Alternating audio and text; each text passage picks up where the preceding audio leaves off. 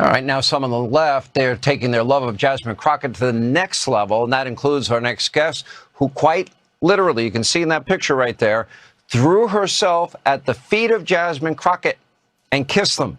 Here to explain what exactly she was thinking in that moment, top-rated progressive radio host in the country, our old friend Stephanie Miller. All right, so here's the funny part of the story for me. So I'm like, I read the story. I didn't see your name in the original copy. I read the story, and I'm like, what the, what is this? Yeah. And then your name popped up. I have known you for 30 years. You are as liberal as I am conservative, but you're also a comedian. And I started laughing. I thought it was funny. But if it was anybody else, I probably wouldn't think it was as funny. So, well done. Thank you for being the only one on the right that gets the joke. Sean, it was a joke. And then, the funniest thing about this story is Trump's all over the Epstein files. And I wonder if they're going to release that after the big bombshell. I didn't see anything about that on Fox News today. Yeah. Okay. So let's release them. Let's release those files. Is this what passes for news? Right. Is this what passes for news on Fox News? Why did you kiss her feet? Can I ask? All right. Why did you kiss her feet? And do you have like a list of favorite Democrats whose feet you'd like to kiss?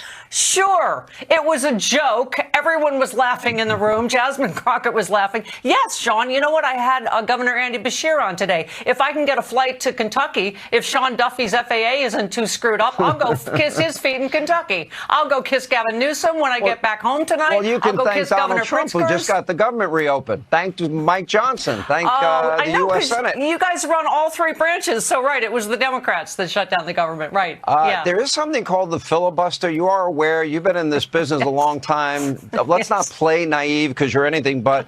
All right. So I do have a question. I tried to get an answer out of you on radio. Okay. The question is, when did you notice Joe Biden's cognitive decline? And don't change the subject and deflect. When did you really notice it? Well, I think it was through all of the times that Donald Trump has fallen asleep in public and talked about, magnets getting wet in the last few, oh my gosh. My mom had dementia, so I recognize it. Stephanie, this is not, it's a very good deflection. You're a professional. You know what else is shows. great about Biden's decline is that Trump is all over the Epstein files. And I'm wondering if they're going to release those. Are you covering that tonight? Not really, because the woman that apparently they're talking about is the one that said he was a gentleman and never did anything wrong. And the person that had a grudge was the guy that got thrown out of Mar-a-Lago 25 years ago. And by the way, when you get thrown out of a club in Palm Beach, Florida, that's kind of a big deal. And it's very humiliating and embarrassing. And he was a convicted pedophile. So I'm not exactly putting a lot of gospel truth in what he said. Trump was mad that he was stealing his girls, but What? 2028. Who is your progressive liberal? You've got a plethora. You got a smorgasbord of candidates you can have. You can have Gasman. You can have Jasmine. You can have AOC. You can have any squad member. You can have Grandpa Bernie. You can have Pocahontas. Who do you like? Yeah.